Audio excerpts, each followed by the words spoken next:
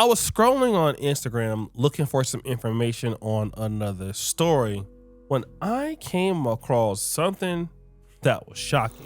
What up, y'all? Y'all see these headlines? Right? This is the biggest case. Latinos allegedly abusing black employees. They end up settling out of court. I'm going to tell you that. They settled out of court. And when they went to go interview the black employees, they said that Latino workers were calling them monkeys and waving bananas at them, and everybody in the warehouse will laugh at them. And I know y'all going to say, oh, it's not all of them. Where it was a warehouse full of them. And 3 different companies. That's why this is considered one of the biggest lawsuits, biggest cases in California, right? And look, check this out. Even the attorney said that these cases are becoming more intense and more ugly. You could pause it and read it, right? Nooses, racial slurs. Now, if this was white people doing this to black people, this would be all over the news, right? This will be national news. I just don't understand why they don't report when it's minority against minority. Shout out to my man Donnie on Timeout. As you heard, these black Americans sued these Hispanics in the workplace for basically bullying them, making fun of them. Again, he makes a strong point, some part in this video, that if this would have been white people, we would have basically all went crazy about this. But because it was minority on minority, it really did not make the news. But we did find out that 70 cases were settled. Now that's interesting. But wait. 3 different companies, and these Latinos, Hispanics, was in cahoots with white people. You see this? They were in cahoots with white supervisors, giving the black people the most, the hardest work, the hardest labor to compete, to do, right? Now, look at this though. 171 cases been settled.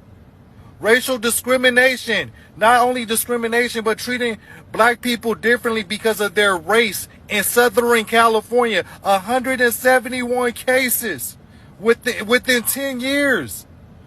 What? And y'all talking about solidarity. He goes on to say that these particular Hispanics were working along with their white bosses, calling blacks rude names like monkeys and things like this. And then he makes a strong point at the end of all of this. And the point is this: how are you going to have a black and brown coalition when this is happening? But there's always the opposite side of the story. Have you ever wondered why there's such a big divide between African Americans and Latinos in the US? Let's talk about it. First, it's important to realize that this division is often pushed by the elite to keep us separated. When communities are divided, it is so much easier for those in power to stay in control. Surprise, surprise. In reality, African Americans and Latinos share so many common struggles. Both communities have faced systemic oppression and have had to fight for their civil rights and equality in this country. And instead of fighting against the people who have oppressed us, we fight amongst each other exactly like they want us to. In theory, this young lady is correct.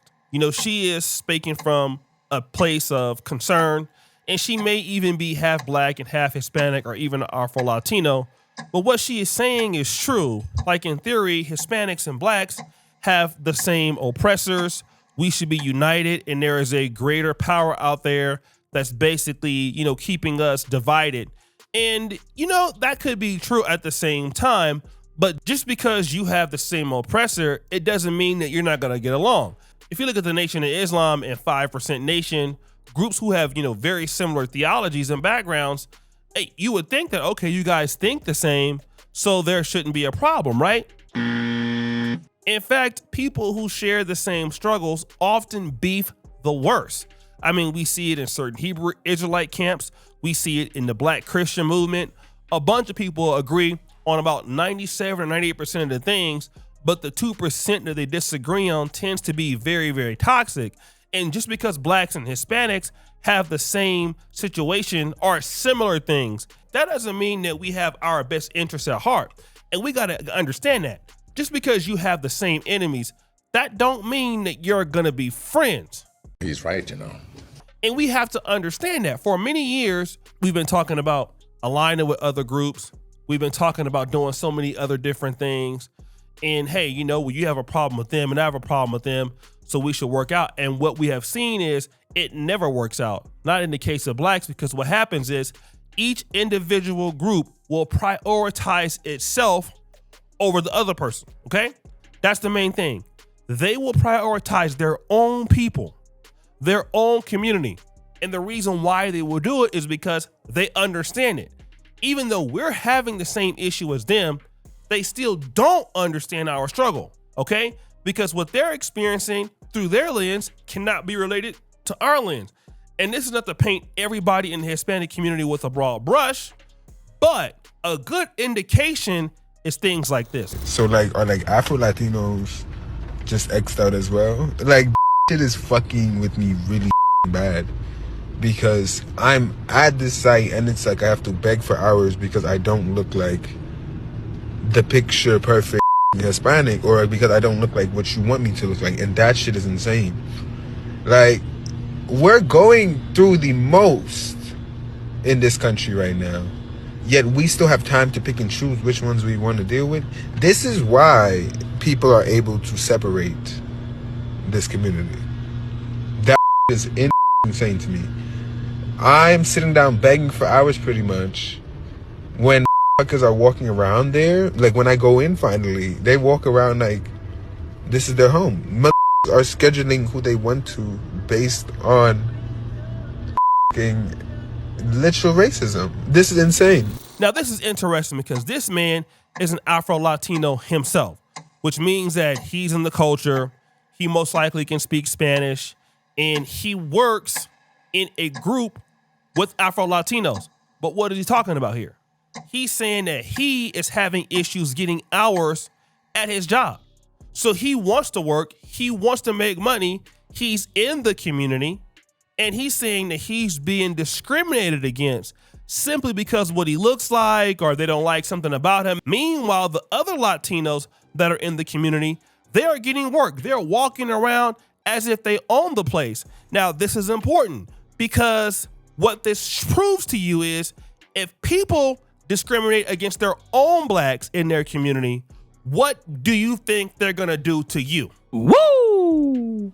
I know you don't believe me, but check it out. Latinos are mad because I've been talking about the racism that exists in our community. Yes, racism exists in every community. But right now I'm talking about my community. And I'm not going to say all Latinos, but a lot of light-skinned Latinos have something against black Latinos. We are often treated like crap and talked about. I can count how many times a lighter-skinned Latino person would talk crap in front of me about me in Spanish. And when I respond to them, they're shocked. And when I want to punch them in their friggin' mouth, they want to bleed. Por favor, tú eres mi hermano. No, you should have thought about that first before you started talking crap about me, mamá huevazo. I can't talk about this because I am Latino. And I've been through some crap in my life. I literally seen light-skinned Latinos talk about their grandchildren them because they black. Or their daughter boyfriend because their daughter boyfriend is black. We are all one, but we still divided as So this is a brother, right? And again, at first, I thought he was in our community until I heard the accent. And basically, he is putting it out there. He's saying, my life has been terrible. I've seen so many Hispanics, white Hispanics, who say very, very mean things about blacks. And they're saying it in front of me, not knowing that I can speak Spanish. And then once I speak Spanish back to them, because I understand what they're saying, now they're begging like, oh, please, por favor, things like this. Well, you should have thought about that before you start talking your stuff. And so this is a good indication, because a lot of this stuff going on right now with some of the blacks on the left, you know, what's going on with the ICE raids, you got people crying, you know, you got people looking out for other folks' best interests. And I get it because it's a humanistic perspective. But you also got to understand this, that they have people in their community that look like us. And they got people in their community that are being discriminated. And as much as you're looking out for other people, you have people who share your skin tone, your hue, in that particular community who are at the bottom of the barrel. Meanwhile, you have blacks coming to the aid of other people who may or may not have discriminated against those same blacks in their community.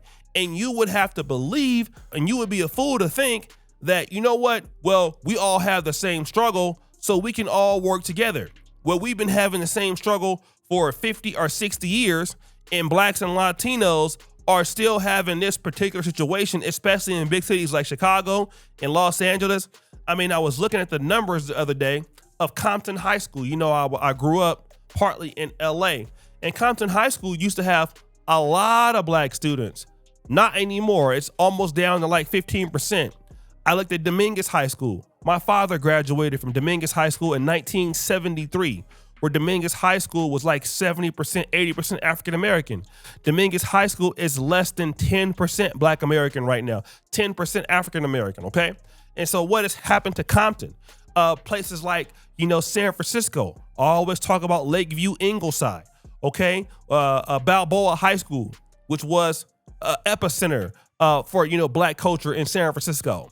It's down to less than 8% blacks. You talk about what's going on in Oakland, right? So if that's the case, if there's a black and brown unity, then why is the brown taking over everything and the blacks are leaving or having to leave? There have been cases in certain parts of LA where you have blacks living in East LA and the blacks literally get beat out of the neighborhood, like assaulted out of the neighborhood. So then you come back and say you need solidarity when a growing group of people you know that you should get solidarity with is your own group, all right? This is not to preach hate or to preach separatism, but it is to preach reality. You are going to get your best favors from the people in your community. And those are the people that you should spend your time trying to work with. I would even argue and say, if you're gonna work with somebody, at least put those efforts into try to figure out what's going on in the black diaspora. I know some people are against Pan-Africanism, but that's a better ploy. That's a better tactic than trying to work with other groups who clearly have no idea on seeing you that same way. It's not going to happen. You're not going to get parity from other groups. People have told us that for a long time. Dr. Claude Anderson told us that in 1995, and now you see it once you have certain Latinos in the workplace, what these blacks are saying. Don't take it from what black Americans are saying. Take it from what these black Latinos are saying. They're saying it for you. And they're not even talking about black Americans. They're talking about their struggle. So you would have to understand that you would face similar things when you deal with some of these people. And again, you have to understand that self-preservation is key. Everybody usually is going to, number one, look out for themselves, and number two, look out for their community. So guys, what do you think? It's your boy Oshay Dude Jackson back at it again with another episode of The Celebrity Drunk. Appreciate you for all that you do. Subscribe to the bell.